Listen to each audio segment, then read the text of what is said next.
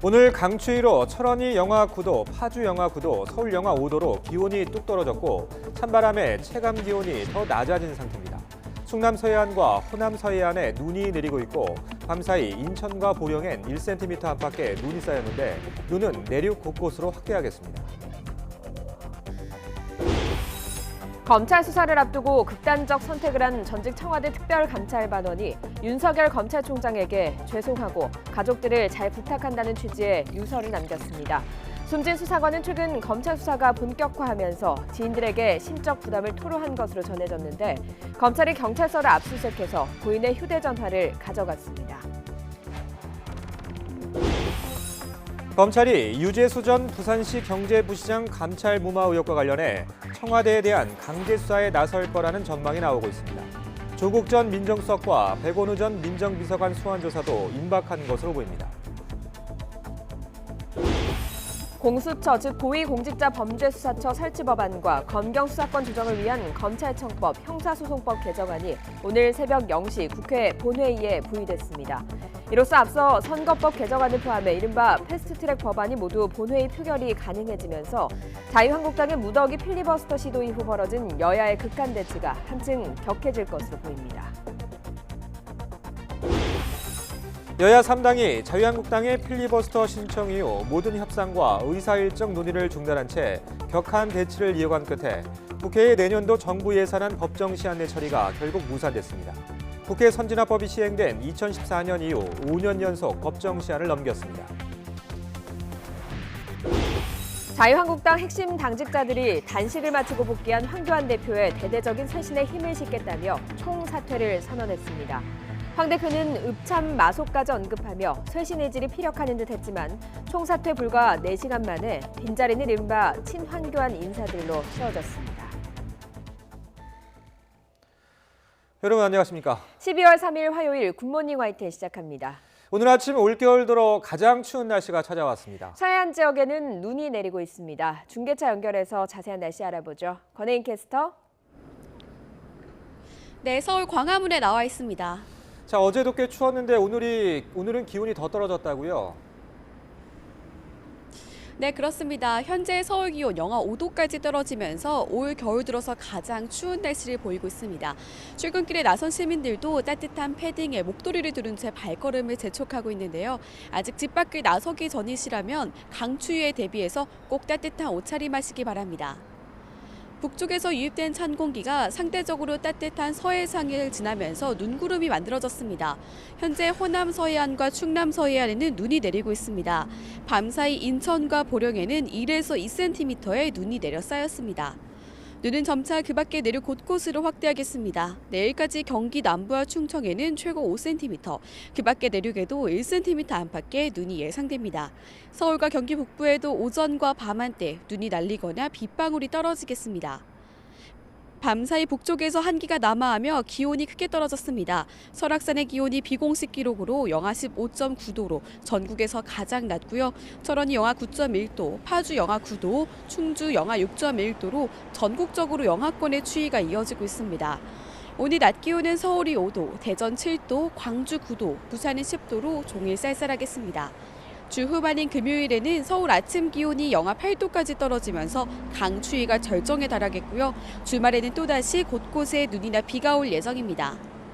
내린 눈이 얼어붙어서 빙판을 이루는 곳이 많을 것으로 보입니다. 교통 안전과 함께 낙상 사고에도 각별히 주의하셔야겠습니다. 지금까지 서울 광화문에서 YTN 권혜인입니다. 겨울철 한파는 지역과 상황에 따라 체감 정도가 다를 수밖에 없습니다. 오늘부터 기상청이 이런 차이를 고려해서 한파와 관련한 정보를 알려줍니다. 정혜은 기자가 보도합니다. 겨울철 추위에 대한 느낌은 지역마다 다릅니다. 서울은 영하 5도를 조금 춥구나라고 생각하는 반면 부산 시민은 기록적인 한파로 받아들입니다. 지난 30년 동안 겨울 중 가장 춥다는 1월 서울의 평균 최저 기온은 영하 5.9도. 하지만 부산은 영하 0.6도에 불과합니다. 추위에 대한 내성 자체가 차이가 날 수밖에 없습니다. 기상청은 이런 지역적인 차이를 고려해 한파 영향예보를 발표합니다.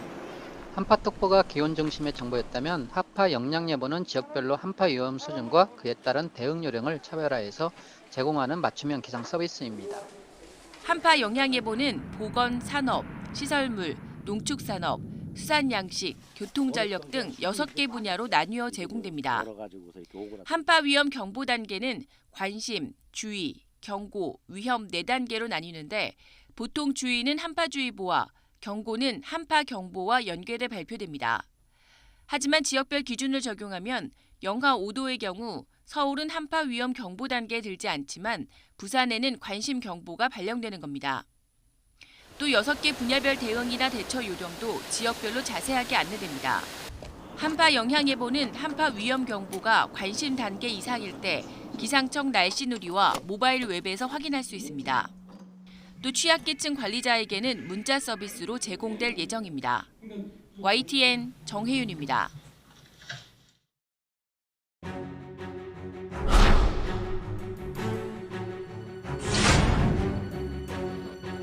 전 특감반원 A씨는 오후 3시 10분쯤 이곳 사무실에서 숨진 채 발견됐습니다. 현장에선 미안하다, 죄송하다라는 내용의 자필 메모도 발견됐습니다.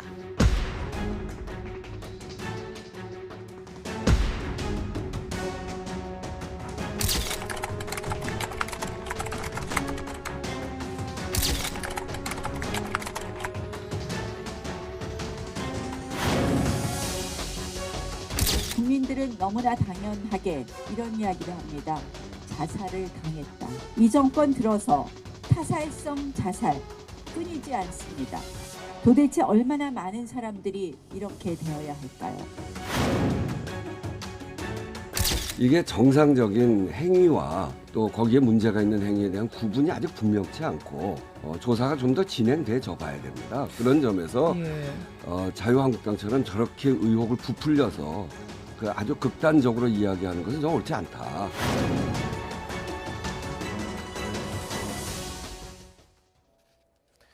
전직 청와대 특별감찰반원이었던 검찰 수사관이 검찰 수사를 앞두고 극단적인 선택을 하면서 그 배경에 관심이 집중되고 있습니다.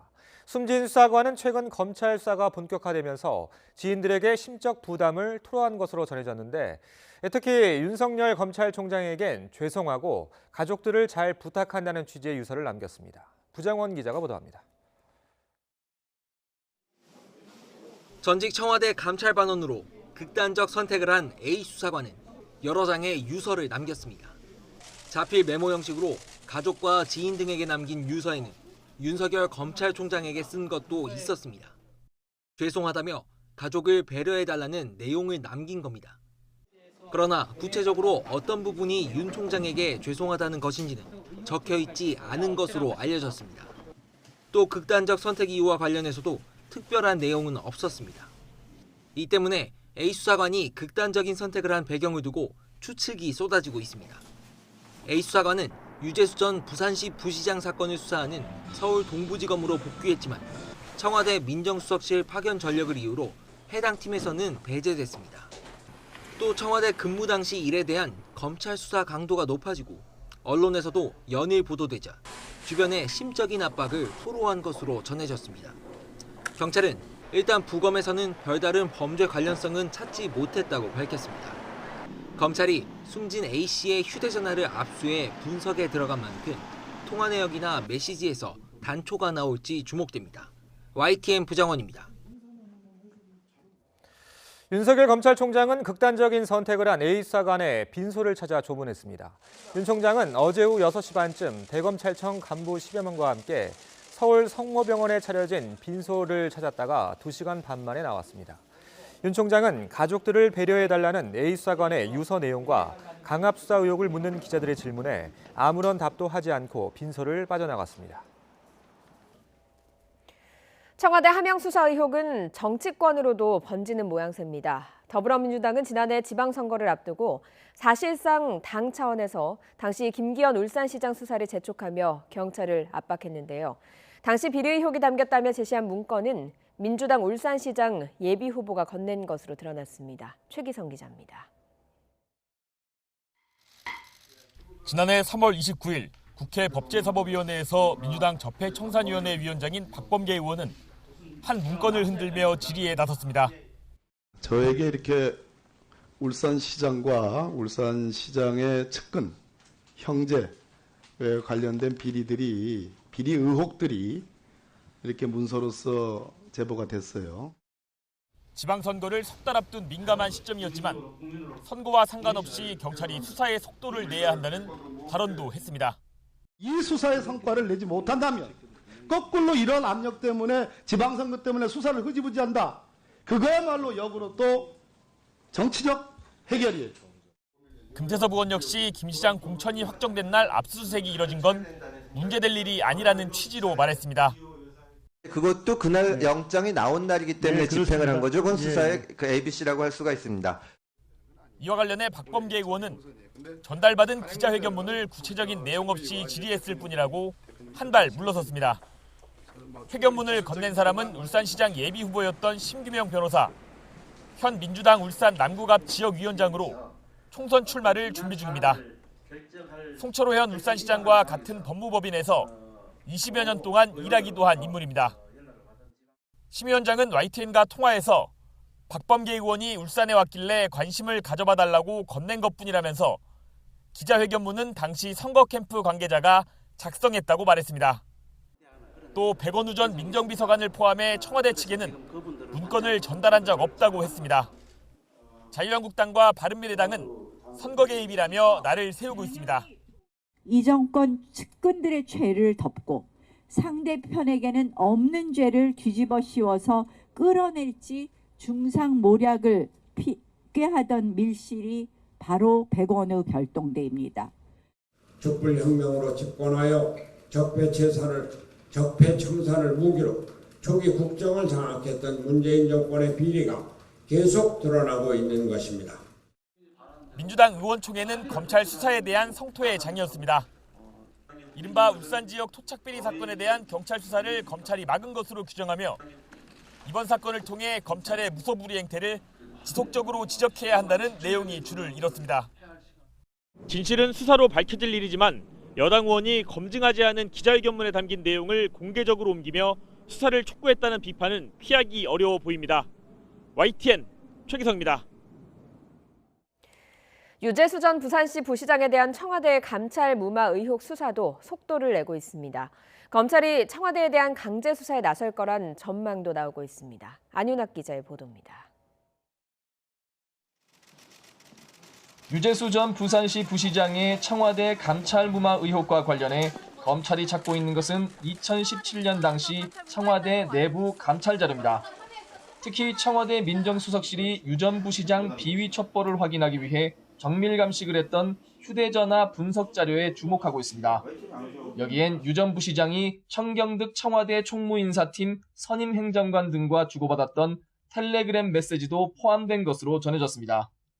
검찰은 또 유 전 부시장이 천 행정관 외에도 청와대와 여당 핵심 인사들과 주고받은 메신저 내용에도 수사 필요성이 제기되고 있습니다. 인사청탁이나 감찰 무마 의혹과 관련한 대화가 오고 갔다는 의혹이 제기됐기 때문입니다. 이에 따라 검찰이 청와대에 대한 강제 수사에 나서는 것 아니냐는 전망이 나오고 있습니다. 해당 자료를 확보하기 위해서는 청와대 민정수석실에 대한 압수수색이 불가피하다는 겁니다. 이와 함께 조국 전 민정수석과 백원우 전 민정비서관 소환도 임박했다는 분석입니다. 두 사람이 감찰 무마 의혹의 핵심 당사자들인데다 이미 지휘 라인에 있는 박형철 비서관 등을 모두 조사했기 때문입니다. 이런 가운데 검찰은 시행 후 첫 형사사건 공개심의위원회를 열고 유 전 부시장 수사의 공개 여부와 범위 등을 논의했습니다. YTN 안윤학입니다. 공수처 즉 고위공직자 범죄수사처 설치 법안과 검경 수사권 조정을 위한 검찰청법, 형사소송법 개정안이 오늘 새벽 0시 국회 본회의에 부의됐습니다. 이에 따라 모두 4건의 검찰개혁 법안이 지난 4월 신속 처리 한 건 패스트트랙으로 지정된 지 217일 만에 본회의 상정을 앞두게 됐습니다. 여야의 대립 속에 국회 내년도 정부 예산안 법정 시한 내 처리가 끝내 무산됐습니다. 국회 예산결상특별위원회 여야 3당 간사협의체 역시 증액 심사는 물론 감액 심사도 마무리 짓지 못한 상태여서 지난 1일부터 심사를 잠정 중단했습니다. 이로써 국회는 국회 선진화법이 시행된 2014년 이후부터 5년 연속 법정 시한을 넘기게 됐습니다. 자유한국당 핵심 당직자들이 단식에서 돌아온 황교안 대표의 대대적인 쇄신에 힘을 싣겠다면서 총사퇴를 선언했습니다. 황 대표도 읍참마속이란 말을 거론하면서 쇄신 의지를 피력했는데 총사퇴 4시간 만에 빈자리는 황 대표 측근들로 채워졌습니다. 우철희 기자입니다.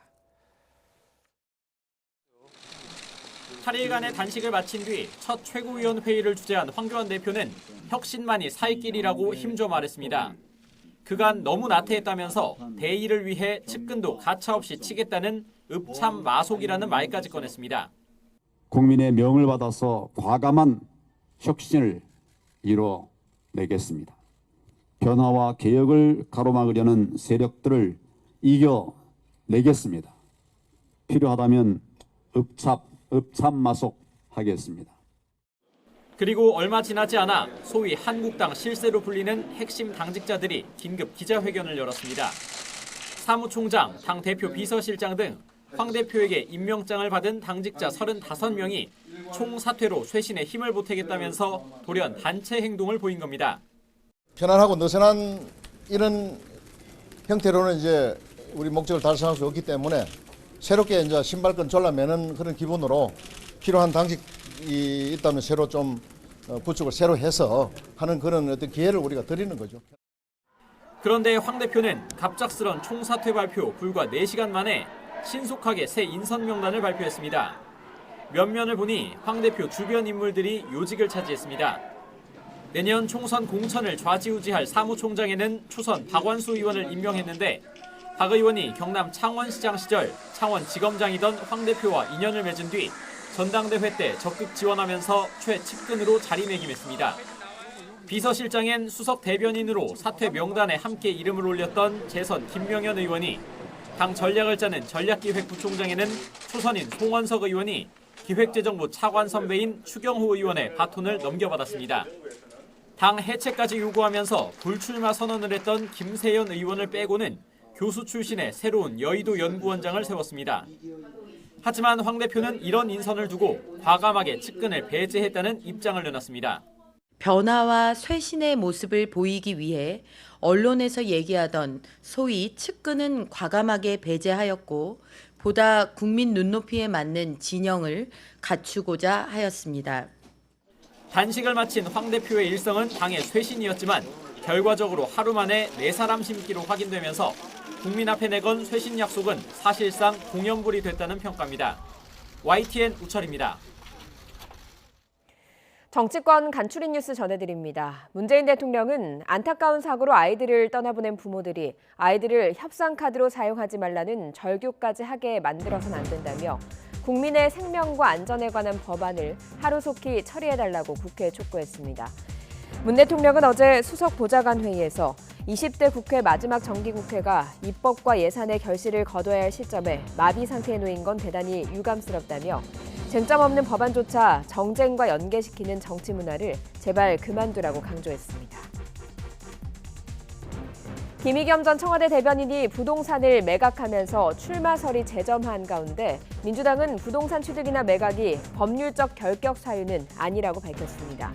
민주당 공직선거 후보자 추천 검증위원회 소속 진성준 전 의원은 자격검증 때 문제가 되지 않느냐는 질문에 이같이 말하고 검증위는 예비 후보자 등록에 적격인지를 본다고 언급했습니다. 자유한국당 황교안 대표는 보수통합 논의와 관련해서 박근혜 전 대통령의 탄핵 문제가 걸림돌이 되지 않도록 함께 성찰하면서 역사의 평가에 맡기자는 데 동의한다고 밝혔습니다. 황 대표는 단식 이전과 이후 한국당은 확연하게 달라질 것이고 이제는 보수 중도와 함께하는 통합을 구체적으로 실천할 때라며 이같이 말했습니다. 대한신당 박지원 의원은 최근 불거진 청와대의 하명 수사 의혹과 유재수 전 부산경제부시장 감찰 무마 사건은 레임덕의 시작이라고 진단했습니다. 박 의원은 한 라디오 방송에서 모든 고위공직자나 정치인들의 정보를 가진 사정의 핵심 박형철 청와대 반부패 비서관이 검찰에 가서 사실을 인정했다고 하는 건 중요한 권력 누수 현상이라고 강조했습니다. 북한이 일방적으로 철거를 통보한 금강산 시설에 대해서 김현철 통일부 장관이 사실상 일부 철거 가능성을 시사했습니다. 북한이 공들이는 원산 갈마지구 관광 개발에 참여하는 것에 대해서도 긍정적인 입장을 보였습니다. 장하영 기자입니다. 김현철 통일부 장관이 금강산 관광시설 철거와 관련해 정비의 필요성에 공감한다고 밝혔습니다. 임시 숙소로 사용하던 컨테이너 340여 개가 11년 동안 방치돼 있었다는 겁니다. 그러면서 우리의 정비를 북한은 철거로 받아들일 수 있다며 일부 시설 철거 방침을 내비쳤습니다. 관리가 되지 못하다 보니까 태풍도 있었고 여러 가지 차원에서 방치되어 있는 것도 사실입니다. 방치되어 있는 시설들을 정비하는 것을 북한은 철거로 이해할 수도 있을 것 같습니다. 김 장관이 언급한 컨테이너는 온정리 구룡마을과 고성항 금강빌리지로 현재 곳곳에 녹이 쓴 상태인 걸로 알려졌습니다. 앞서 북한 조선중앙통신은 지난달 11일 우리 측의 금강산 철거 조치에 최후 통첩을 했다고 보도했습니다. 이런 가운데 원산 갈마 관광지구 개발 참여와 관련해서는 9.19 평양 공동선언 합의문에도 있다면서 가능성을 언급했습니다. 작년에 우리가 양양공항에서 갈마공항까지 항공기를 운행한 적이 있습니다.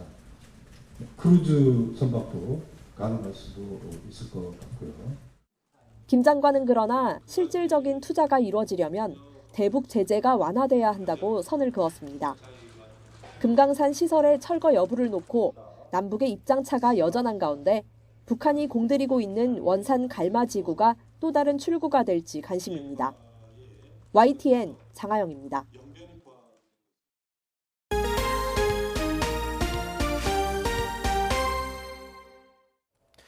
간추린 소식입니다. 오늘 새벽 2시 40분쯤 경기도 안산시 상록구 영동고속도로 인천 방향 안산 분기점 인근에서 승합차와 화물차 추돌 사고가 발생했습니다. 이 사고로 승합차에 타고 있던 운전자와 탑승자 2명이 숨지고 화물차에 타고 있던 2명이 다쳤습니다. 어제 오후 4시 40분쯤 대구 송현동의 원룸에서 80대 할머니가 숨진 채 발견돼 경찰이 수사에 나섰습니다. 대구 달서경찰서 조사 결과 숨진 A 할머니 손에서 혈흔과 함께 흉기를 막으려 할 때 생기는 방어흔이 발견된 것으로 알려져 타살 의혹이 제기되고 있습니다. 광주 북부경찰서는 거리를 청소하다가 발견한 거액 동뭉치를 주인에게 돌려주지 않은 혐의로 한경미원 54살 A씨를 입건했습니다. A씨는 지난달 29일 낮 12시쯤 광주광역시 양산동에 있는 거리에서 현금 다발 1,000만 원을 주운 뒤 챙긴 혐의를 받고 있습니다. 여성 불자 2명이 인도 부다가야에 한국 사찰을 짓는 데 써달라며 불교 조계종에 50억 원을 기부합니다. 단체가 아닌 개인이 종단에 낸 기부금으론 사상 최고액입니다. 어린이집 5살 여아 성추행 사건의 파문이 커지고 있습니다. 피해 부모가 올린 청와대 청원은 10만 명이 넘는 사람이 동참했는데요.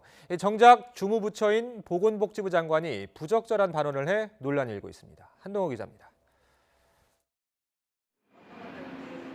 어린이집에서 5살 여자아이가 친구에게 성추행당했다. 피해 부모의 폭로는 일부 사실로 확인됐습니다.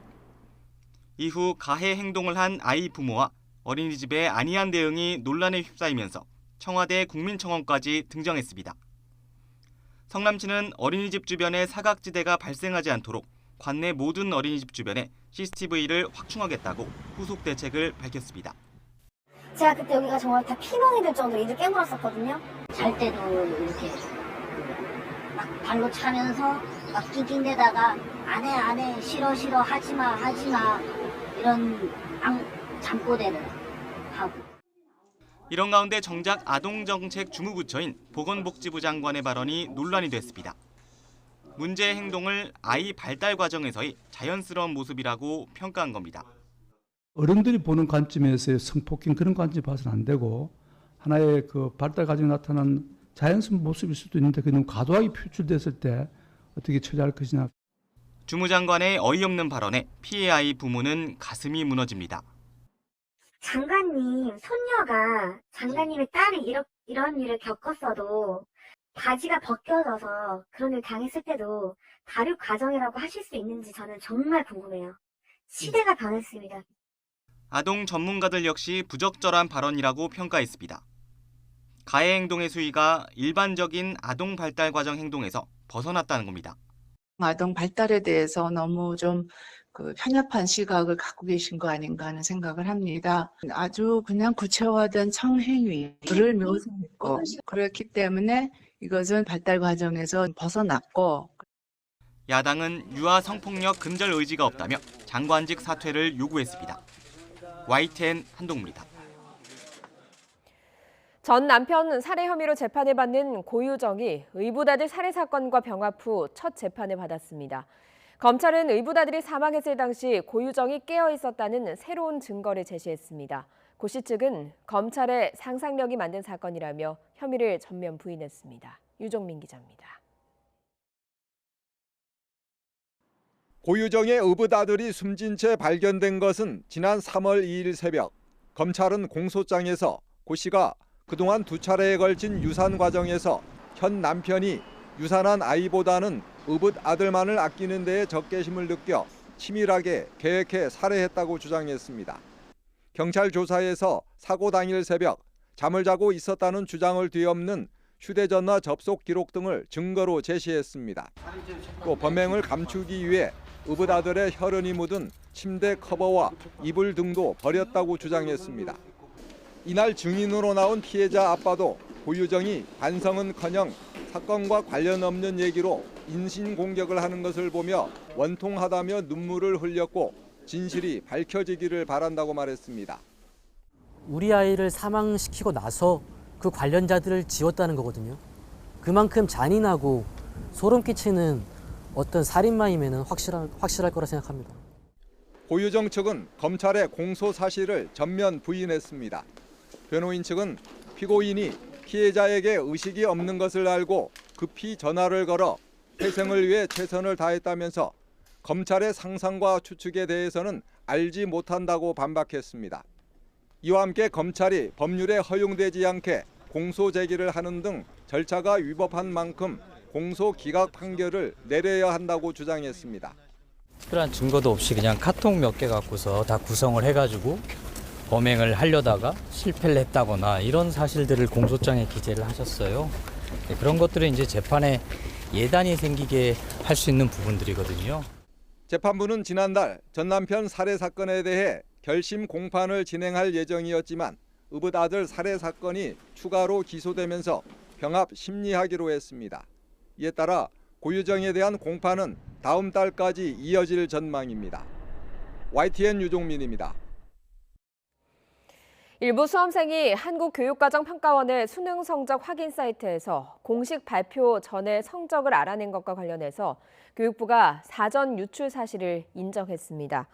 어제 송근영 교육부 대입정책과장은 이틀 뒤인 수능 성적 통지일에 앞서 사전 모의 테스트 기간인데 실제 성적 확인 사이트에 연결됐다고 한국교육과정평가원이 보고했다고 말했습니다. 이어 해킹은 아니라고 보고받았다면서 곧 평가원이 공식 입장을 밝힐 예정이라고 덧붙였습니다. 올해 수능 성적을 사전에 조회한 고등학교 졸업생은 312명으로 나타났습니다. 평가원은 어제 새벽 1시 33분 관련 서비스를 차단했다고 말했습니다.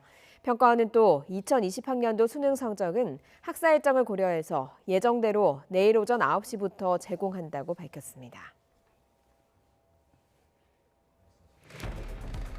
자유한국당의 필리버스터 선언 이후 파행으로 치닫는 국회를 돌파하기 위해 더불어민주당이 한국당을 뺀 다른 야당과 패스트트랙 법안 가결에 필요한 의석수를 만들기 위해 이른바 4+1 물밑 교섭에 나섰습니다.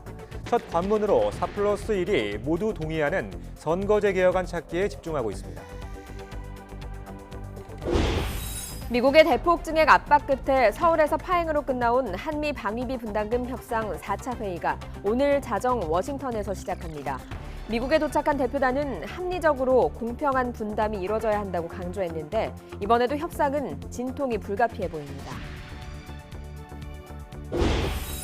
오늘 강추위로 철원과 파주 영하 9도, 서울 영하 5도로 기온이 뚝 떨어졌고 찬바람에 체감 기온은 더 낮아진 상태입니다. 충남 서해안과 호남 서해안에 눈이 내리고 있고 밤사이 인천과 보령엔 1cm 안팎의 눈이 쌓였는데 눈은 내륙 곳곳으로 확대하겠습니다. 내일 수능 성적 발표를 앞두고 일부 수험생이 간단한 조작으로 성적을 미리 확인하는 황당한 일이 벌어졌습니다. 허술한 보안에 뒤늦게 관련 서비스를 차단한 교육과정평가원은 본인 성적만 본 거라며 진화에 나섰지만 형평성에 문제가 생긴다는 지적이 나오고 있습니다.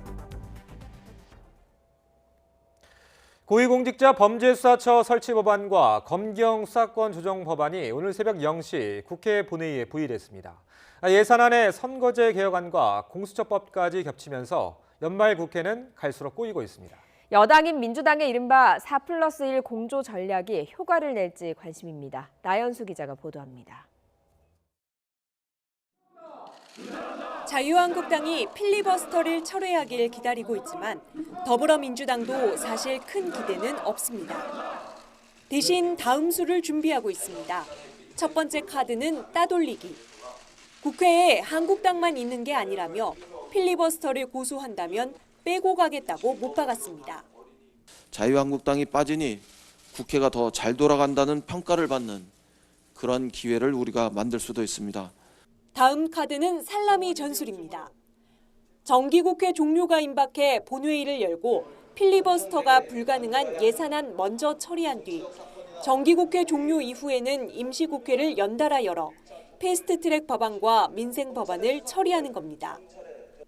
필리버스터는 국회 회기가 끝나면 자동 종료되고 해당 법안은 다음 회기에서 곧바로 표결하도록 한 국회법 조항을 활용한 전략입니다. 전제는 바른미래당, 정의당, 민주평화당, 대한신당과 단단히 공조해 법안 가결에 필요한 의석수를 확보하는 것. 공조의 접착제는 이들 야당이 모두 만족할 선거제 개혁안입니다. 자유한국당은 이미 국회를 떠났습니다.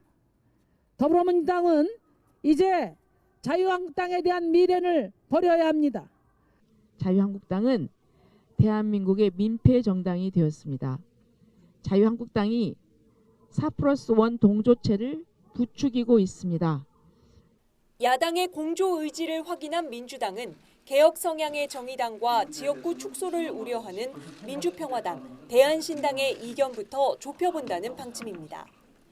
준연동형 비례대표제의 취지를 살리면서 지역구 의석은 최대한 가져가는 250+50석 부근에서 접점을 찾을 것으로 기대하고 있습니다.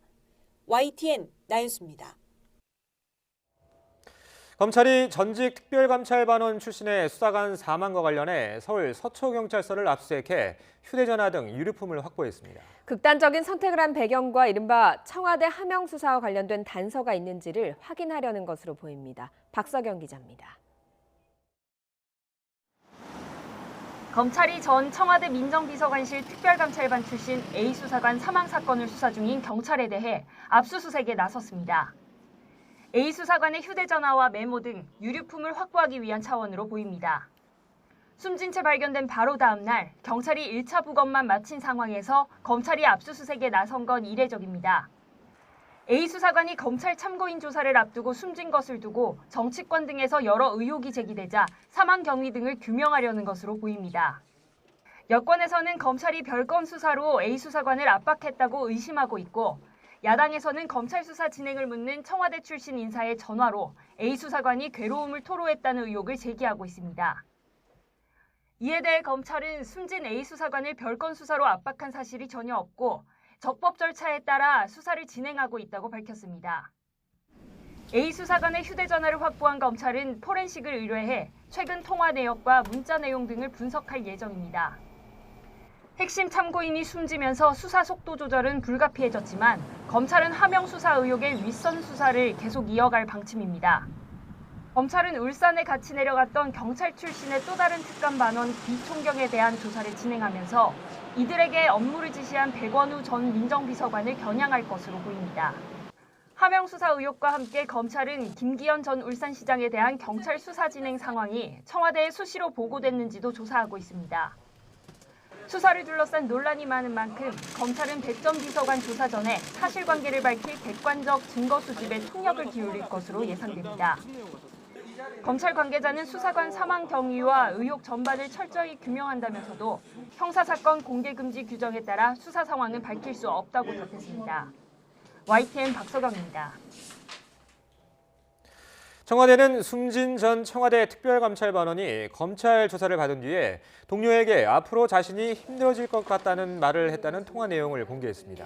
고민정 청와대 대변인은 고인이 검찰 조사를 받은 뒤인 지난달 24일 울산 방문에 동행했던 동료 행장관에게 전화를 걸어서 자기 개인적으로 감당해야 할 일인 것 같다며 이같이 말했다고 전했습니다. 또 검찰 조사 전날인 지난달 21일에는 다른 행정관에게 전화를 걸어 울산지검에서 오라고 하는데 고래고기 사건밖에 없는데 왜 부르는지 모르겠다는 말도 했다고 밝혔습니다. 한미 간 방위비 분담금 4차 협상이 오늘 밤 미국 워싱턴에서 이어집니다.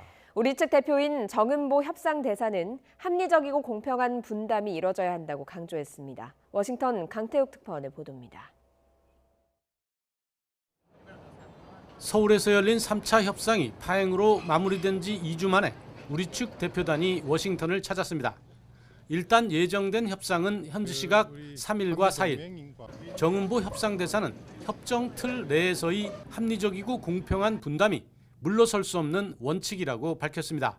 기본적으로 합리적이고 공평한 분담이 이루어져야 되고요. 그리고 최종적으로는 한미동맹이나 연합방위 태세 강화에 기여하는 협상이 돼야 된다고 게 가장 중요한 원칙이고요. 이는 미국이 추가로 요구하는 것으로 알려진 미군의 한반도 순환 배치 비용과 여교의 훈련 비용 등은 수용할 수 없다는 입장을 재확인한 것입니다. 정 대사는 다만 협상이 진행 중인 만큼 연말 시한을 넘길 가능성과 협상 날짜 연장, 미국의 미집행금 문제 등 모두가 협상 대상이어서 결론은 유동적이라고 설명했습니다. 협상 과정에 있다는 점에 대해서만 그냥 이해해 주시고요.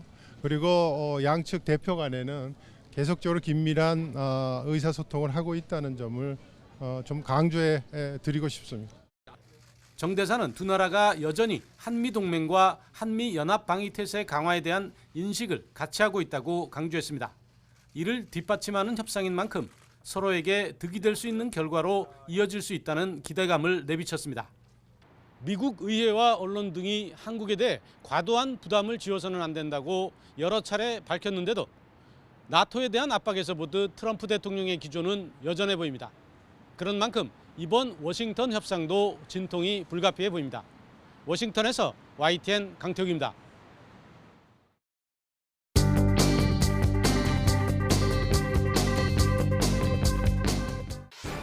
화요일 조간 브리핑. 오늘은 조선일보와 한국일보, 한겨레 신문 살펴봅니다. 먼저 조선일보는 청와대의 하명 수사 의혹을 일면에 실었습니다.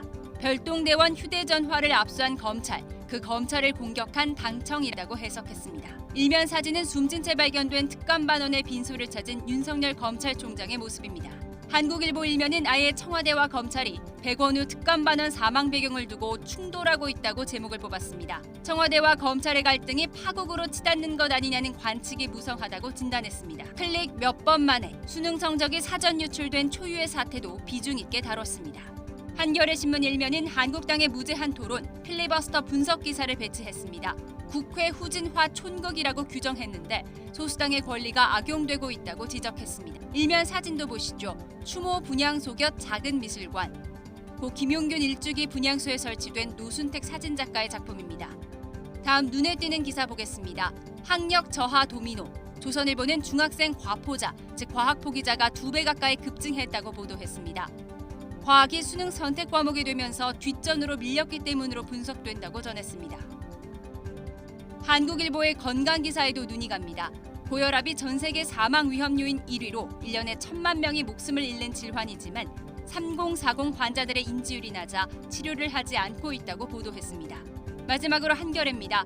김승현 한화그룹 회장의 장남 김동관 전무의 부사장 승진 소식을 실었습니다.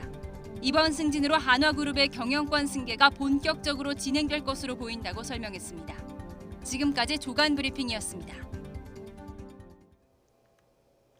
네, 오늘 아침은 찬바람이 정말 매섭습니다. 목도리와 장갑까지 옷차림 최대한 따뜻하게 하고 나오셔야겠는데요. 현재 설악산의 기온이 영하 15.9도, 파주 영하 8.7도, 서울 영하 5도로 올겨울 들어 가장 낮은 기온을 보이고 있습니다. 낮에도 서울은 5도에 머물면서 쌀쌀하겠고요. 특히 금요일에는 영하 8도까지 떨어지면서 추위가 절정에 달하겠습니다. 감기 걸리지 않도록 조심하셔야겠습니다. 추위 속에 서해안에는 눈과 비가 오고 있습니다. 현재 인천과 보령 등 서해안에는 1cm 안팎의 눈이 쌓였는데요. 내일 새벽까지 경기 남부와 충청, 울릉도와 독도에는 최고 5cm, 영서 남부와 경북 북부, 호남에는 1cm 안팎의 눈이 쌓이겠고요. 수도권 지역은 오전과 밤 한때 눈이 날리거나 빗방울이 떨어질 수 있겠습니다. 오늘 그 밖의 지역은 구름만 가끔 많이 끼겠고요. 미세먼지 걱정은 없겠습니다. 낮 기온 어제와 비슷하거나 조금 높겠습니다. 서울 5도, 대전 7도, 광주와 대구 9도가 예상됩니다. 날씨 정보였습니다. 도로를 달리던 차량에서 갑자기 불이 나고 주택 화재로 80대 노인이 다치는 등 전국 곳곳에서 화재가 잇따랐습니다. 또 고속도로에서 승합차와 화물차 추돌 사고가 나서 2명이 숨졌습니다. 밤사이 사건 사고 임성호 기자가 종합했습니다. 차량이 형체를 알아보기 힘들 정도로 찌그러져 있습니다. 부상자를 이송하기 위해 구급차들이 잇따라 현장에 도착합니다. 오늘 새벽 2시 40분쯤 영동고속도로 인천 방향 안산 나들목 인근에서 승합차 한 대가 화물차를 뒤에서 들이받았습니다. 이 사고로 승합차 운전자와 탑승자 등 2명이 숨지고 화물차에 타고 있던 2명은 경상을 입었습니다. 경찰은 1차 사고로 멈춰 있던 화물차를 승합차가 피하지 못해 사고가 난 것으로 보고 정확한 경위를 조사 중입니다. 갓길에 세워진 하얀색 벤츠 승용차에서 불이 활활 타오릅니다. 어제 저녁 8시 50분쯤 충북 괴산을 지나는 중부 내륙고속도로 서울 방향 조곡터널 출구 부근에서 60살 박모 씨가 몰던 벤츠에 불이 붙었습니다. 박 씨를 포함해 차에 타고 있던 4명이 급히 대피해 인명피해는 없었습니다. 이보다 앞서 인천 고잔동의 해안도로를 달리던 SUV에서도 불이 났습니다. 다친 사람은 없었고 경찰과 소방당국은 차량 앞부분에서 불꽃이 튀었다는 운전자 진술을 토대로 화재 원인을 조사하고 있습니다. 비슷한 시각 강원도 양양군 현남면의 한 주택에서 불이 났습니다. 이 불로 집주인 87살 서모 씨가 연기를 마시고 머리를 다쳐 병원으로 옮겨졌고 주택 전체가 불에 타 소방서 추산 3천만 원의 재산 피해가 났습니다.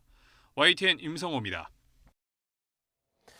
독도 소방 헬기 추락사고 수색이 오는 8일 종료됩니다. 범정부 현장수습지원단은 실종자 가족들 뜻에 따라 사고 발생 39일째인 오는 8일을 끝으로 독도 해역 실종자 수색을 마무리한다고 밝혔습니다. 이에 따라 합동분향소가 오는 6일부터 닷새 동안 계명대 동산병원에 차려지고 발인일인 10일에는 합동연결식이 거행됩니다. 차량 공유 서비스 타다가 불법인지를 판가름할 첫 재판이 어제 열렸습니다.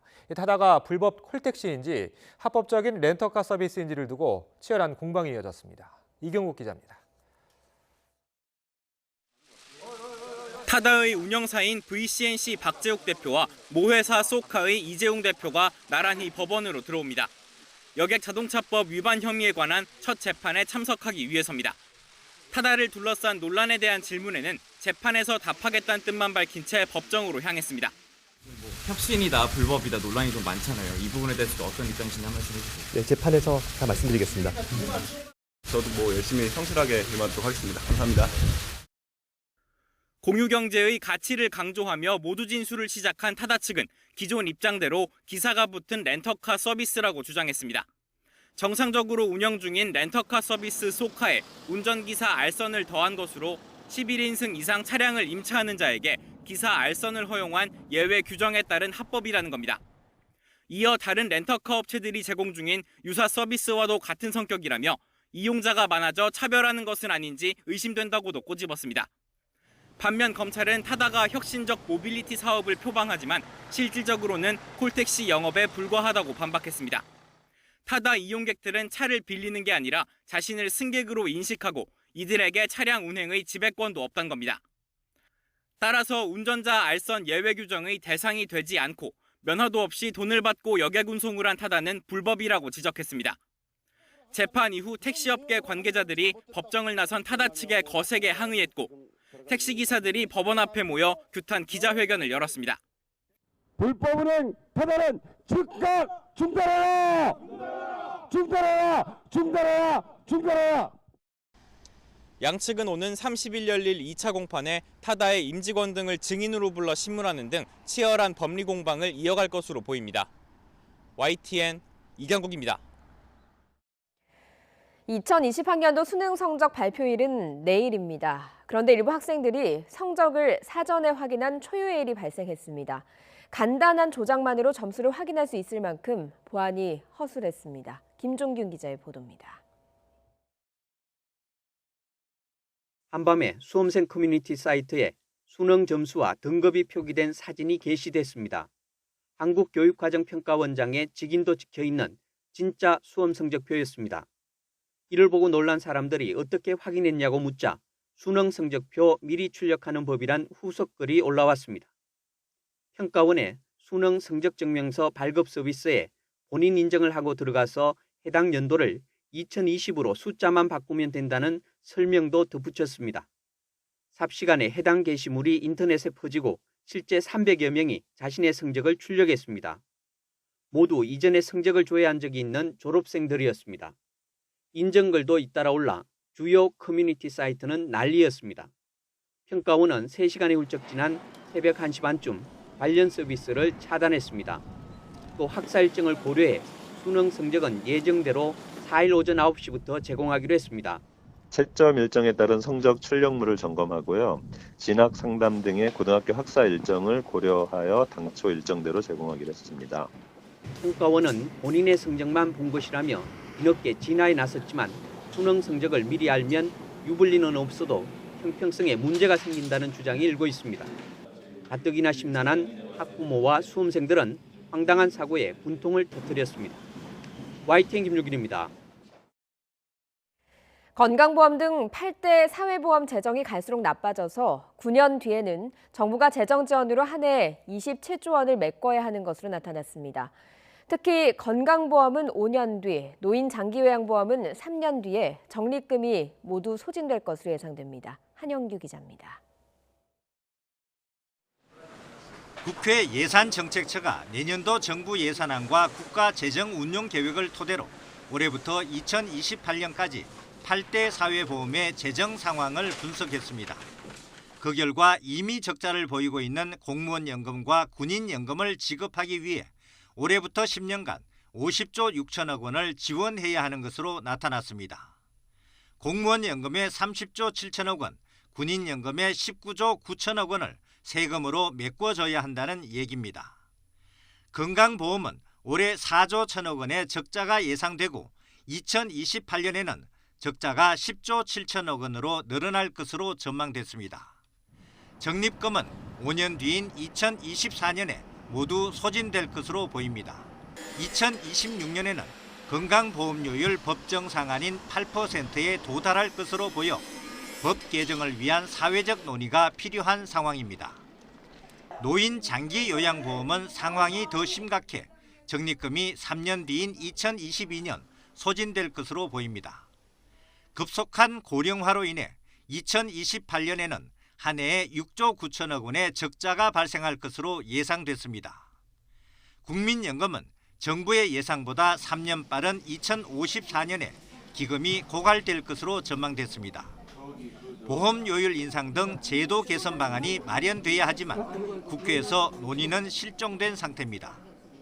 국회 예산정책처는 수입보다 지출이 2배 많은 군인연금의 경우에도 부담률 인상과 연금 개시 연령 조정 등 개선 방안을 검토해야 한다고 밝혔습니다. YTN 한윤규입니다. 움직일 때마다 어지럼증이 심하다면 이석증인 경우가 많습니다. 그런데 최근 이석증 환자가 크게 늘고 있는 것으로 나타났습니다. 특히 50대 이상 여성이 많았습니다. 김정혜 기자입니다. 윤한나 씨는 석 달 전 생긴 돌발성 난청이 최근 이석증으로 진행됐습니다.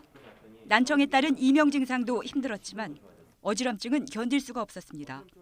처음에 되게 멀미 나는 것처럼 이렇게 증상이 있더라고요. 그러니까 머리도 기분 나쁘게 아프고 속도 안 좋고. 이석증은 귀 뒤쪽에 있는 평형 감각을 담당하는 전정기관에 붙어있던 작은 칼슘 입자가 떨어져 나와 생기는 증상입니다. 회전 감각을 담당하는 반고리관에 들어간 경우 작은 움직임에도 몸이 빙글빙글 도는 것처럼 어지럽고 이석이 들어간 위치에 따라 눈동자가 마구 흔들립니다. 이 어지럼증의 양상이 이제 이석증은 좀 다릅니다. 즉 돌이 있어야 될 부분에서 없는 부분으로 빠졌기 때문에요. 크게 이석증이 있느냐 없느냐는 부분은 움직일 때마다 어지럼증이 생기느냐 안 생기느냐를 좀 간단하게 구분할 수 있습니다. 이석증 환자가 최근 5년간 연평균 4.8%씩 늘었습니다. 여성 환자가 대부분이고 그중에서도 50세 이상인 경우가 압도적으로 많습니다. 물리적 충격에 의한 경우를 제외하면 발생 원인은 정확히 밝혀지지 않았는데 이석을 붙잡고 있는 끈끈한 성분이 노화로 약해진 경우와 심한 감기도 원인 중 하나로 추정됩니다. 노화에 따라 생기는 병 중에 하나가 대표적으로 이석증입니다. 머리를 다치거나 귀를 다치게 되면 충격에 의해서 돌이 떨어져 나가서 생길 수도 있고요. 또 감기 바이러스 때문에 염증 반응이라든지 혈액순환 장애가 생겨서 메니에르 증상으로도 보기 쉬워서 자가 진단하기보다는 자세 변화에 따라 눈동자 흔들림을 확인하는 안진 검사 등 정확한 검사와 진료가 필요합니다. 자연히 호전되기도 하지만 증상이 확인되면 머리를 돌려가며 이석을 이동시키는 이석 치환술을 합니다. 1, 2회 시행으로 90% 이상 치료될 정도로 치료는 비교적 잘 됩니다. 하지만 재발도 잦아서 30%의 재발률을 보입니다. YTN 김정희입니다.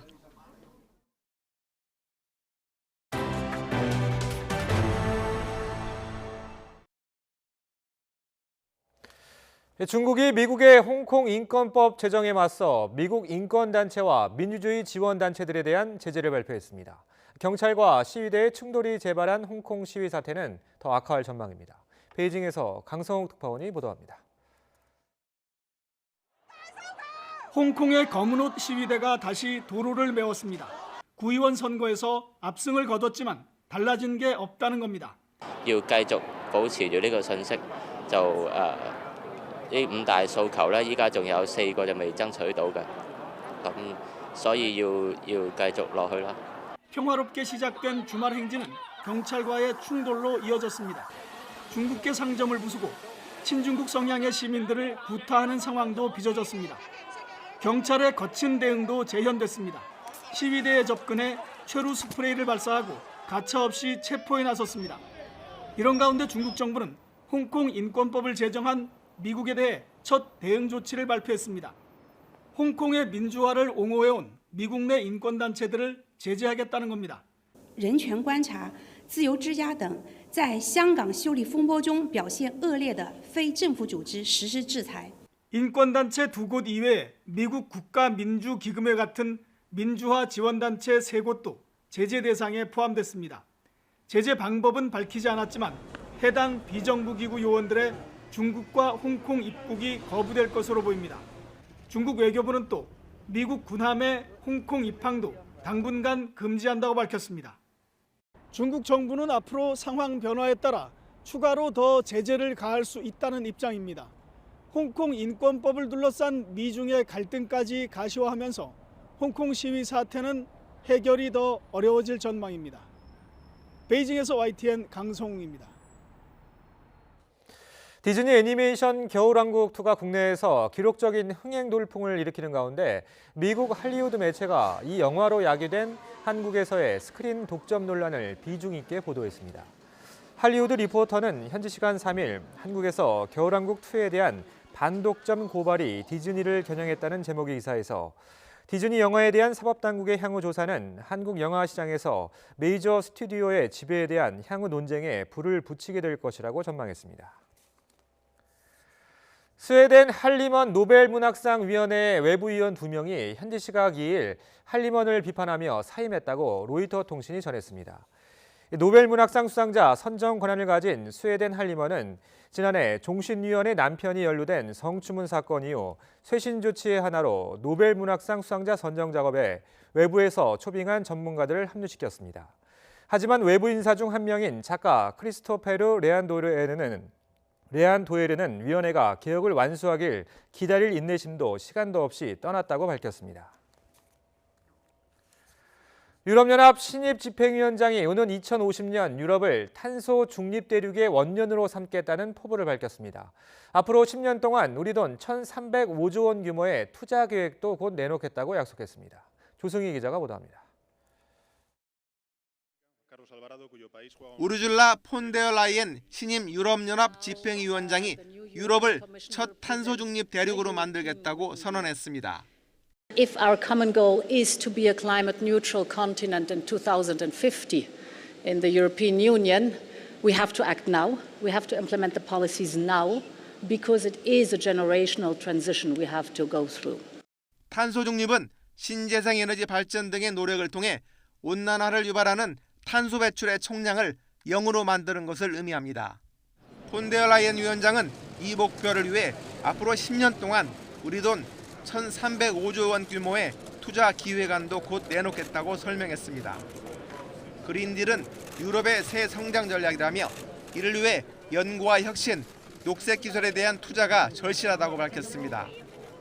아울러 그는 내년 3월 되돌릴 수 없는 기후 중립으로 전환하기 위해 이른바 유럽 기후법도 제안하겠다고 덧붙였습니다. 샤를 미셸 EU 정상회의 신임 상임의장도 산업혁명과 기술혁명에 이어 이제는 녹색혁명을 이룰 때라고 강조했습니다. We have brought our planet to its knees. Now we need dramatically change how we do things and revolutionize our approach. 블룸버그 통신은 이 같은 목표를 이루려면 당장 오는 2030년부터 에너지 시스템과 사회 기반 시설 투자 등에 연간 우리 돈 약 228조에서 379조 원이 추가로 필요할 것으로 추산했습니다. YTN 조승입니다. 육아 부담으로 출산율이 급격히 줄고 있는 가운데 집 근처에서 부모와 아이가 함께하는 생활 밀착형 공동 육아소가 처음 문을 열었습니다. 이웃 주민들이 함께 아이를 돌보면서 육아 스트레스도 크게 줄일 수 있다고 합니다. 이기정 기자가 취재했습니다. 영유아가 많은 한 아파트 단지에 아이사랑 꿈터 1호점이 문을 열었습니다. 주민들이 공동으로 아이를 키우고 함께 돌보는 인천형 육아 지원 프로그램입니다. 유치원에 가지 않는 영아 또는 어린이집에서 돌아온 아이 등이 부모와 함께 심리적 안정을 취하면서 놀이와 체험학습을 하도록 설계됐습니다. 집에서 가깝고 편리하다는 점이 강점입니다. 차를 타고 가거나 이러면 안전도 그렇고 위험할 수 있는데 걸어서 올 수 있어서 그게 제일 좋은 것 같아요. 육아 전문가가 상주하면서 육아 상담도 병행하는 아이사랑 꿈터는 아침 10시부터 저녁 6시까지 문을 여는데 2시간 이용해 1,000원의 이용료를 내면 됩니다. 안전하고 즐겁게 함께 생활할 수 있도록 노력하고요. 이게 지금은 남동 1호점이지만 인천시에 많이 생겨서 어머님들에게 큰 도움이 될 수 있도록 노력하겠습니다. 해마다 출산율이 감소하고 만 2세 이하의 영유아를 주로 전담하는 가정 어린이집이 매년 100개소 이상 문을 닫는 상황. 인천시는 공동 육아와 공동 돌봄 정책을 더욱 확대해 부모들의 육아 스트레스를 덜어주겠다는 구상입니다. 가깝고 저렴하고 이용이 편리한 아이사랑 꿈터에서 아이와 부모님이 함께 사랑과 꿈을 키워갈 수 있도록 더욱 세심히 살펴가겠습니다. 아이사랑 꿈터는 남동구 1호점을 시작으로 올해 3개소가 시범 운영됩니다. 인천시는 2023년까지 이러한 시설을 100개소로 늘리면서 인근의 숲체험 프로그램과도 연계하겠다는 구상입니다. YTN 이기정입니다.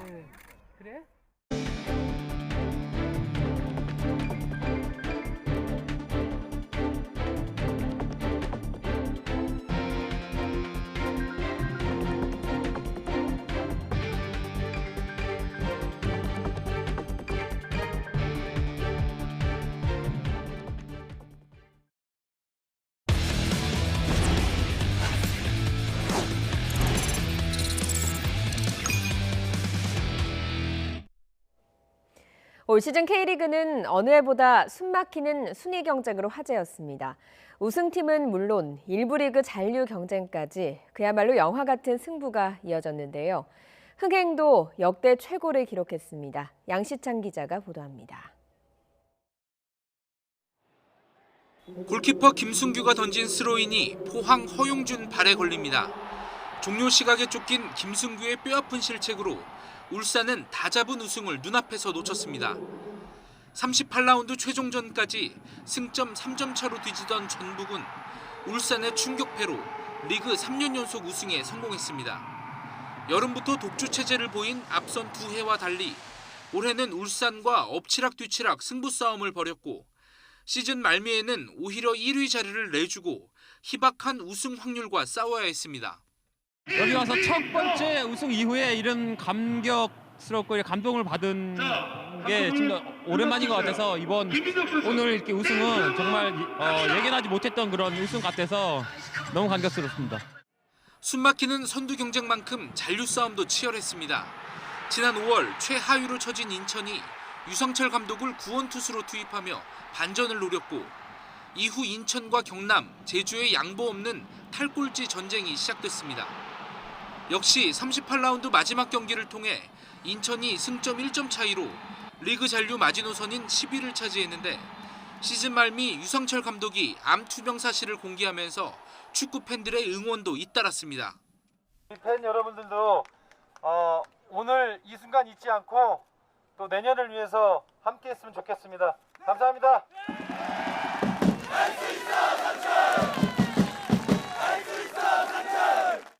이 밖에 지난 시즌 강등 위기를 겪으며 자존심을 구긴 서울은 올 시즌 보란듯이 3위에 오르며 반등했고 대구는 새로 개장한 구장에서 K리그 흥행몰이를 주도하며 성공적인 시즌을 보냈습니다.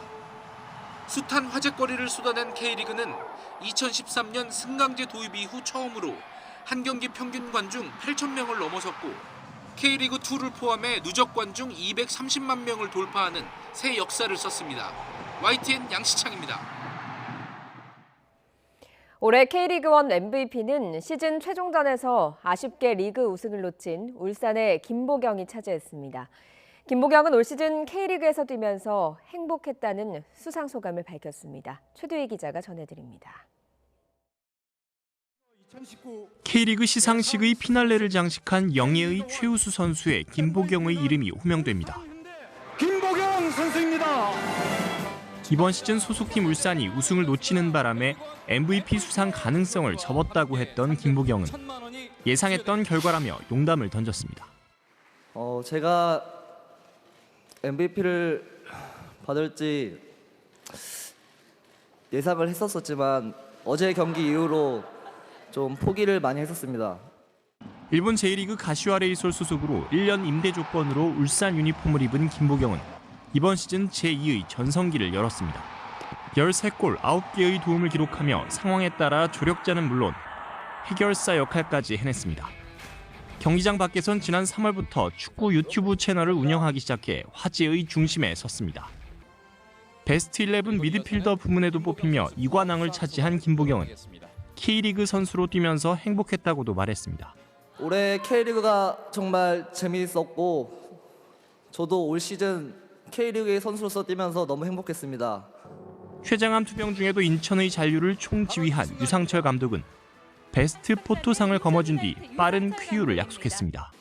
저 또한 빨리 쾌유해서 여러분들 앞에 좋은 모습으로 다시 설 수 있도록 최선을 다하겠습니다. 감사합니다. 네. 올 시즌 K리그1 최고 지도자인 전북의 역전 우승을 이끈 모라이스 감독이 뽑혔습니다. 취임 당시 모리뉴 사단 출신으로 관심을 끌었던 모라이스 감독은 K리그 우승 직후 모리뉴 감독의 축하 인사를 받았습니다. Deu-me os parabéns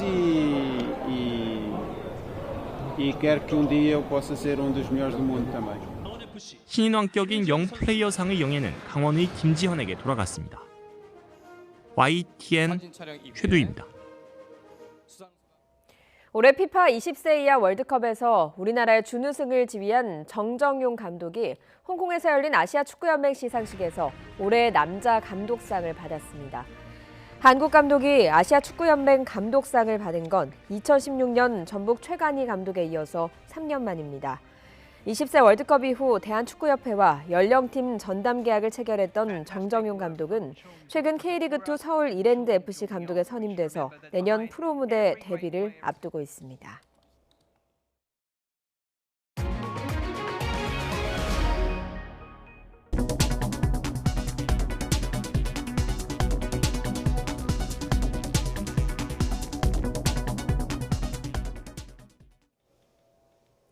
네, 오늘 아침 영하권의 강추위가 찾아왔습니다. 어제보다 옷차림 한결 따뜻하게 하고 나오셔야겠는데요. 설악산의 기온이 영하 15.9도, 파주 영하 8.7도, 서울 영하 5도로 올겨울 들어 가장 기온이 낮습니다. 낮에도 서울은 5도에 머물면서 쌀쌀하겠고요. 금요일에는 서울 아침 기온이 영하 8도까지 떨어지면서 추위가 절정에 달하겠습니다. 감기 걸리지 않도록 조심하셔야겠습니다. 추위 속에 서해안에는 눈이나 비가 오고 있습니다. 예상만큼 많은 눈이 내리진 않았고요. 밤사이 서해안에는 1cm 안팎의 눈이 쌓였습니다. 내일 새벽까지 경기 남부와 충청, 울릉도와 독도에는 최고 5cm, 영서 남부와 경북 북부, 호남에는 1cm 안팎의 눈이 쌓이겠고요. 서울과 경기 북부에는 오전과 밤한때 눈이 날리거나 빗방울이 떨어질 수 있겠습니다. 오늘 그 밖의 지역은 구름만 가끔 많겠고요. 미세먼지 걱정은 없겠습니다. 낮 기온 어제와 비슷하거나 조금 높겠는데요. 서울 5도, 대전 7도, 대구와 광주 9도가 예상됩니다. 당분간 대체로 맑은 날씨가 이어지겠고요. 대설인 토요일에는 서울 등 중서부 지방에 눈이 오겠습니다.